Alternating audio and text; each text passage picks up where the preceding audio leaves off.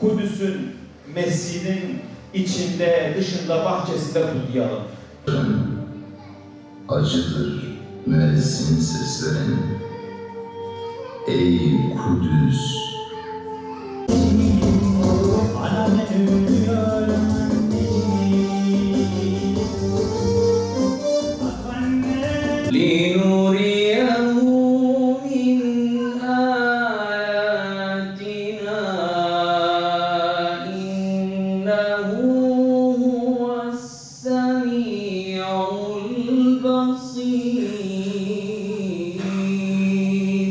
Kudüs için araştırmalar yaparken, tarihi dönemi incelerken, okurken ve günümüzü de incelerken şu gerçeği fark ettik. Şu anda Siyonist işgal rejimi Selahaddin Eyyubi ve o dönem üzerine çok derin araştırmalar yapmakta. Tarihçisiyle, askeri uzmanıyla, istihbaratçısıyla, sosyoloğuyla, psikoloğuyla o dönemi inceliyor. İfade ettiğim gibi nasıl ki Haçlılar bu topraklardan defolup gitmişlerse işgalci Siyonistler de aynı kaderi paylaşmamak, aynı duruma düşmemek için Selahaddin'in üzerine derin araştırmalar yapıyor. Ve abartısız işgal rejiminde birbirinden bağımsız tam 13 tane araştırma merkezi Selahaddin üzerine araştırmalar yapıyor. Ve baktık ki İslam ümmetinde bağımsız olarak Selahaddin üzerine araştırma yapan tek bir düşünce kuruluşu yok. Dolayısıyla biz de kardeşlerimizle istişare ederek böyle bir araştırma merkezinin kurulmasının elzem olduğuna kanaat getirerek yaklaşık 2 yıl önce resmi olarak bu işe başladık. Allah-u Teala muvaffak eylesin. Elbette bu 1-2 yıllık bir iş değil. Uzun süre devam edecek olan bir süreçtir. Biz en azından buraya bir temel attık, bir taş bıraktık. İnşallah Teala bizden sonraki nesiller de bu mirası dev alıp devam ettirecektir. ممكن أن تختزل بقوم أو تختزل ببلد من البلدان. قضية المسجد الأقصى قضيتنا كلنا. قضية ضمير وقضية أمة وقضية آخرة. القضايا الكبرى لا يمكن أن تتحقق أو أن تنتصر عندما نهب لها جزءا من أوقاتنا. القضايا الكبرى لا يمكن أن تتحقق أو أن تنتصر عندما ينام البعض ويوضع الجهد على البعض الآخر. القضايا الكبرى تحتاج إلى نية صادقة وارتباط حقيقي بالله سبحانه وتعالى. القضايا الكبرى تحتاج إلى إعداد وتربية. القضايا الكبرى تحتاج إلى أناس يحملون الهم ويحملون الدين ويحملون أرواحهم على أكفهم. فإذا ما قال الله سبحانه وتعالى هات روحك قال هات روحك. الله سبحانه وتعالى اختار المسجد الأقصى ليكون بوابة السماء، ومنه رفع سيدنا محمد صلى الله عليه وسلم. وكل من التصق بالمسجد الأقصى وعمل المسجد الأقصى فسيرفع الله سبحانه وتعالى درجته. Allah Azze ve Celle Kudüs'ü, Mescid-i Aksa'nın çevresini yerle gök arasındaki bir kapı olarak seçti. Ve Peygamber Aleyhisselatü Vesselam'ı da Kudüs'ten kendisinin yanına çıkarttı. İşte buradan yola çıkarak diyoruz ki kim Mescid-i Aksa'yı, Kudüs'ü kendisi için amaç edinirse, orayı hedef edip oraya için çalışırsa Allah-u Teala ile arasındaki kapı açılmış olacaktır inşallah. Nahnu muslimun. والحمد لله الله سبحانه وتعالى أن جعلنا من المسلمين. والله سبحانه وتعالى لا ينظر إلى أعراقنا بل ينظر إلى قلوبنا بل ينظر إلى تقوانا. الله سبحانه وتعالى أرسل النبي محمد صلى الله عليه وسلم إلى الناس كافة. ورفع الله سبحانه وتعالى سيدنا بلال الحبشي وجعله أول من يقرع نعله في الجنة فلا قومية في الإسلام. Hamdolsun ki bizler Müslümanız. Hepimiz Müslüman kardeşleriz. Allah Teala bizleri yaratırken aramızdaki tek farkı kalbimizdeki ihlasla ve gönlümüzdeki takvayla gerçekleştirdi. Aramızdaki fark ancak bununla gerçekleşir, belli olur. Ve Allah-u Teala hiçbir ırk arasında fark gözetmeksizin hepimize eşit yarattı.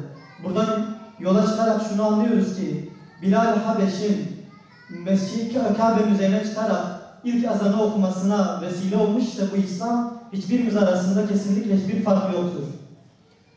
بالمناسبة علاقة الإخوة الأكراد بالإسلام هي من زمن الرسول صلى الله عليه وسلم. هناك أحد الصحابة من الأكراد وهو شابان أبو ميمون. Ayrıca şunu belirtmek istiyorum ki Kürt ırkı Peygamber Aleyhisselatü Vesselam'ın döneminden beri İslam'a girmiş olan bir ırktır. Yani Peygamberimizin döneminde de Kürtlerden Müslümanlar vardı. Şaban Ebu Meymun. Ebu Meymun Peygamber Efendimiz döneminde imana Müslüman olmuş bir sahabedir kendileri. وقد روى عن الرسول صلى الله عليه وسلم الأحاديث روى كثير من الأحاديث. Ve Peygamber Efendimiz Aleyhisselatü Vesselam'dan da birçok hadis rivayet etmiştir kendisi. فأنتم أهل الإسلام وأنتم خاصته وأنتم الذين رفع الله سبحانه وتعالى بكم عز هذه الأمة. Sizler bu Müslümanların izzeti ve onurusunuz. Sizler çalışırsanız Peygamberin yolundan yürüyecek Müslümanlarsınız. صلاح الدين الأيوبي يا إخوة عندما كتب الله سبحانه وتعالى له تحرير المسجد الأقصى تتبع خطة عمل ونحن بعد هذه السنين الطويلة بعد أكثر من 800 عام من الجيد أن نتدارسها معا. Selahaddin Eyyubi Mescid-i Aksa'yı fethetmek için bir strateji gerçekleştirdi ve bunu adım adım takip etti. İşte bizler de Mescid-i Aksa'yı özgürleştirmek istiyorsak Selahaddin Eyyubi'nin bu tecrübesini çok iyi araştırmamız gerekir. ولذلك يجب أن نكون على قدر المسؤولية وقدر هذا التحدي. İşte bu tehdide karşı bizim elimizden gelen her şeyi ortaya koymamız gerekmektedir. هل تريدون أن تحرر الأقصى سويا ولا لا تريدون؟ من منكم يريد أن يحرر الأقصى؟ Mescid-i Aksa'yı özgürleştirme konusunda hepimiz istekliyiz değil mi? Mescid-i Aksa'yı özgürleştirmek isteyenler والأخوات هل تريدون تحرير الأقصى؟ bayan kardeşlerimiz de tabii ki istiyorlar. إذا يجب أن نفكر سويا ماذا يمكن أن نعمل للمسجد الأقصى الآن. Öyleyse şu anda Mescid-i Aksa için neler yapabiliriz konusunu hep birlikte düşünmemiz ve bir şeyler yapmamız gerekiyor. كلمة نقولها إخوانكم في فلسطين كلمة يقولوها يهز بها جنود العدو جنود اليهود الصهاينة كلمة يقولوها. Filistinli kardeşlerimizin bir sözü var. O sözleri Siyonist işgalcileri titretmekte. Şöyle bir ifade kullanıyorlar. فما بالكم إذا عمر هذا الإيمان في قلوبنا أكثر وأكثر. Kardeşlerimiz oradaki sözleriyle Siyonistlerin harplerini titretiyorlar. Nitekim siz düşünün ki bütün ümmet, bütün Müslümanlar eğer bir tek bir dil ile bunu söylerlerse Siyonistler ne yapacak? ماذا يعني الكلمة؟ كلمة. Sizce bu söz nedir? مع بعضنا سويا الله أكبر الله أكبر الله أكبر لا أسمع الأخوات هناك الله أكبر رجلا. هذه الكلمة لوحدها يهتز منها الصهاينة فما بالكم لو أن الأمة كلها صرخت بالله أكبر ماذا سيحصل؟ Sadece Filistinli kardeşlerimizin ifade ettiği bu söz bile Siyonist işgalcilerin kalbini titretiyorsa ümmet hep birlikte bu sözü söylerse Siyonistlerin ne olacağını siz düşünün. لا يقول أحد ماذا أفعل المسجد الأقصى لا يسأل أحد هذا السؤال كلكم تعرفون ماذا تفعل المسجد الأقصى قوي إيمانك ربي أولادك ارسل ما تستطيع إرسال المسجد الأقصى وخلي دائما فكرك فيما تفعل للأقصى وستجد ما تفعل للأقصى إن شاء الله. Aramızda hiç kimse ben Mescid-i Aksa için ne yapabilirim diye bir soru sormasın. Böyle bir soru olmaz. Çünkü yapılması gereken çok nettir. Her birimiz öncelikle imanını güçlendirecek, imanı konusunda hiçbir eksiklik olmadığında Mescid-i Aksa'ya ne yapacağını o zaman öğrenecektir, kendisi bilecektir. أخيرا أنا أقول ادعو الله عز وجل بينك وبين الله سبحانه وتعالى أن يكتبك من جنود الفتح وأن يرزقك الله سبحانه وتعالى أن تكون من المجاهدين الصادقين الذين سيستعملهم الله سبحانه وتعالى في فتح بيت المقدس. Allah-u Teala ile baş başa kaldığımızda sürekli şu duayı etmemiz gerekiyor. Ya Rabbi bizleri Mescid-i Aksa'nın fethindeki ordunun erlerinden, neferlerinden birisi kıl.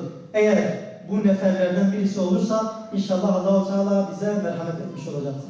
سننقل ما رأيناه اليوم من إخواننا في تركيا إلى أهلكم وإخوانكم في القدس حتى يعرفوا أن لديهم إخوة وأخوات في تركيا لم ينسوهم ويذكروهم ويريدوا أن يكونوا على خطى صلاح الدين الأيوبي حتى يكونوا من جنود الفتح إن شاء الله.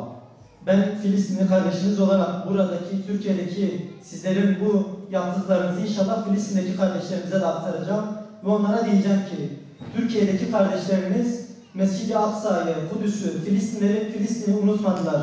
Ve Selahaddin Eyyubi'nin yolundan gitme konusunda ellerinden geleni yapıyorlar. İnşallah onlar Mescid-i Aksa'yı fetih konusunda kararlılar, ellerinden geleni yapacaklar. أريد أن أختم بصرخة الله أكبر نريد أن نوصلها إلى فلسطين من هنا من اسطنبول. الله أكبر الله أكبر الله أكبر إن شاء الله سيكون ملتقانا. Ben Türkçe konuşacağım şimdi. Mescid-i Aksa buluşacağız inşallah beraber. Namaz, fethin namazı beraber kılacağız inşallah. Çok yakın zamanında inşallah beraber gireceğiz. Vize yok, pasaport yok. Tek ümmet biiznillahü teala. Buradayız ve aniden kapıdan bir müjdeci giriyor. Diyor ki Kudüs kurtarıldı. Ne hissedersiniz? Siyonistler defedildi. Kudüs kurtarıldı. Ne hissedersiniz? He? Allahu Ekber der. Herhalde hepimiz kapılara yüklenir, Kudüs'e gitmek isteriz, öyle mi? Şimdi işte 1187'de bir Miraç gecesinde 2 Ekim'de İslam alemine bir müjde yayıldı. Dendi ki Kudüs kurtarıldı. Ve onu Selahaddin Eyyubi Hazretleri kurtardı. Şimdi inanın Selahaddin'in hayatını incelediğinizde, ki size anlatacağım kısmen inşallah, şunu insan düşünüyor. Bir kardeşiniz olarak yıllardır uğraşıp duruyorum. Adeta Kudüs'ün fethi Selahaddin Hazretlerine verilmiş bir hediyedir. Onun o yüce şahsiyeti, o salih amelleri karşısında Yüce Allah demiş ki, madem sen bu kadar salih, bu kadar adil, bu kadar asr-ı saadeti ihya eden bir müminsin, sen Kudüs Fatihi ol diye ona unvanı vermiş gerçekten. Öylesine birinden, öyle bir şahsiyetten bahsediyoruz kardeşlerim. Ne kadar ansak, ne kadar söz etsek azdır ki henüz çok az söz edebildik. Onun tahtı yok. Sultan, nasıl bir sultan? Sivas taraflarından Yemen'e kadar, İran'dan Libya'ya kadar ki bölgenin, İran'ın batısından Libya'ya kadar ki bütün bölgelerin sultanı, Sultanus Salatin diyorlardı ona. Sultanlar sultanı. Sultanlar sultanı ama tahtı yok. Tahtı, hatta payitahtı atıdır. Yüce Allah Kudüs'ü ona taht yaptı. Tacı da yok. Bu yapay şeyle onun resmini çiziyorlar. Hakikaten güzel bir resim, bu yapay zekayla bir resim çiziliyor. Onun kardeşler, onun tacı da yok. Yüce Allah adeta Mescid-i Aksa'nın kubbesini ona taç yaptı.